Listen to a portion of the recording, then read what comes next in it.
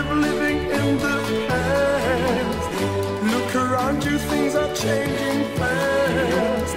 Don't concern yourself with what's ahead. When we were in the Beatles, he even said I was shit at drumming. But you are shit at drumming. I know, but he was so nasty about it. And it wasn't just me he had a go at.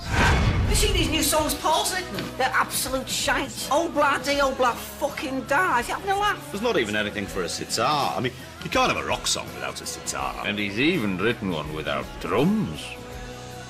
I'm gonna have a word with him. No, John, you know what he's like. Remember what he did to Pete Best. Word with me about what? You challenging me for leadership of the Beatles, you specky swat.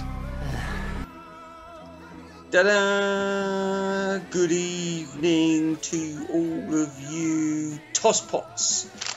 Anyway, listen, I've got some notes because I'm going to tell you the winner of the competition yesterday was, tragically, because I didn't want it, Ringo Rama, of all the things.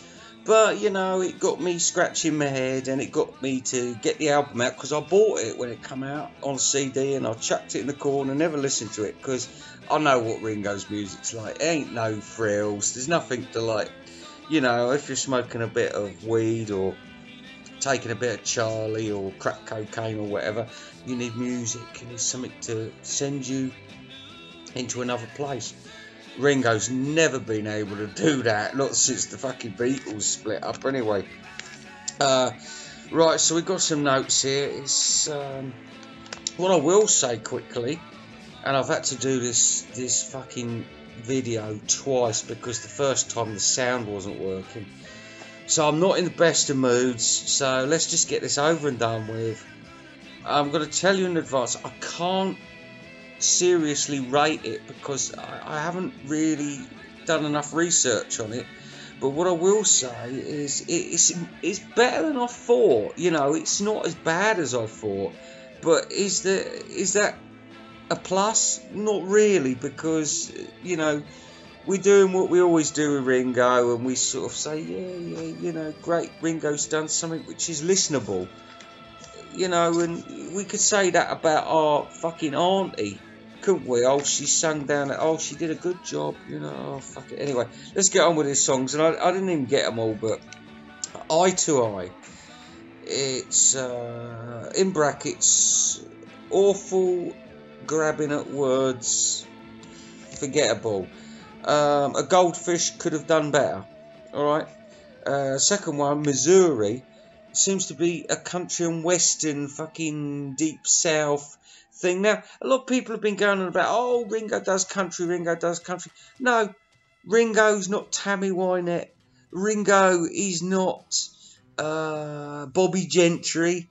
You know, Ringo ain't fucking Garth Brooks or whatever his name is. He's Ringo Starr, right? Forget all that shit.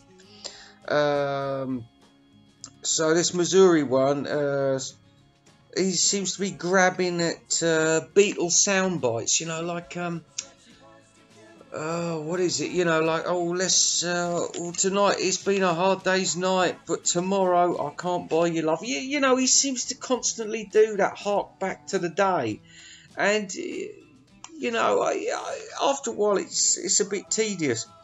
Right, the third one, Instant Amnesia. What was that song again? Yeah, I've forgotten it already. Another one, here we go again. Oh, Mr. Country and Western. Memphis in Your Mind. It's crap.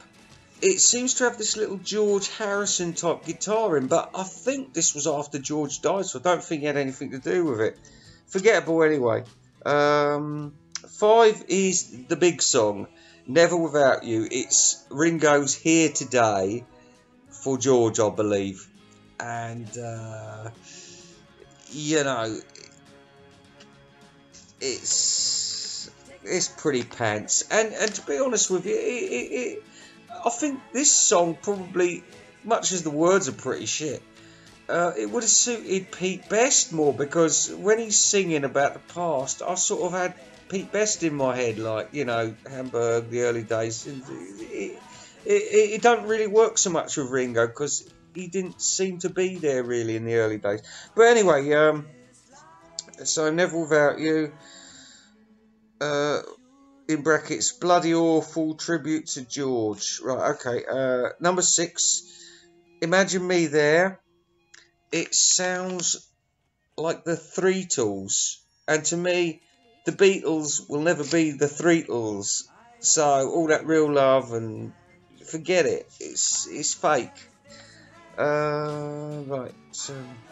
I think Rock and Roll is number 7. And again, I've put a question mark because it just didn't register. Right, okay, so we're forgetting a lot of tracks here. And we've gone on to track 12. Elizabeth Reigns, in brackets, Eek. Again, it just seems to be going back to the Beatles, you know, Her Majesty. Let's sing about the Queen. What have we got to think about? Do you know there's a whole world of things out there? There's dolphins. There's Tamil tigers. There's fucking Russian Cossacks dancing up there in the north.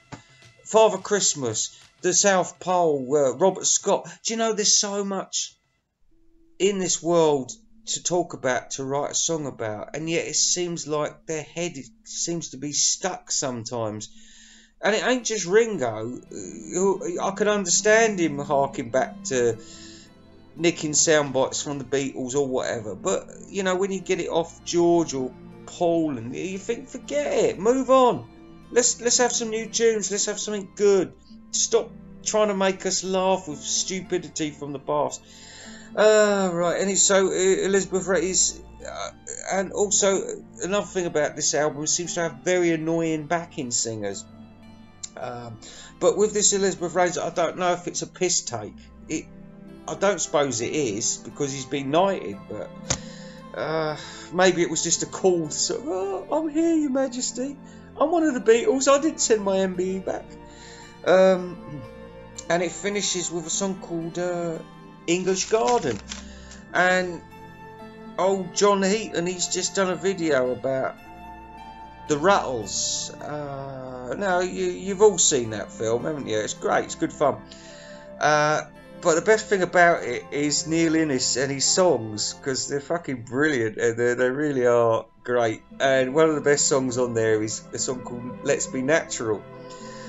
And this song, it seems to sound just like Let's Be Natural. So now Ringo is imitating an imitation of the Beatles. What a way to end things. And like I said, I can't rate it because it's not fair to anybody if I do. What I will do at some point is I'll do a top 10, top 20 Ringo albums for worst to best. But I'll have to do a bit more research because it's not my scene really. You know, I'm not into it. Just because he's a Beatle, it doesn't mean to say. You know, I like him on Thomas the Tank. I like, you know, his Beatles songs, but the albums, although I've got them all, they're not something I listen to ever, you know. And I'm sorry. Hey, I'm sorry, but I can tell you something. There's going to be a real cracking review coming up very shortly. Now, you don't need to be Nostrafato or Nostradamus to understand the significance of 1968. A certain album, a certain double album in fact, by the greatest group in the whole world, and my next review. There's a bit of a clue there. So, see you later, alligator. Yeah, just altogether pointless.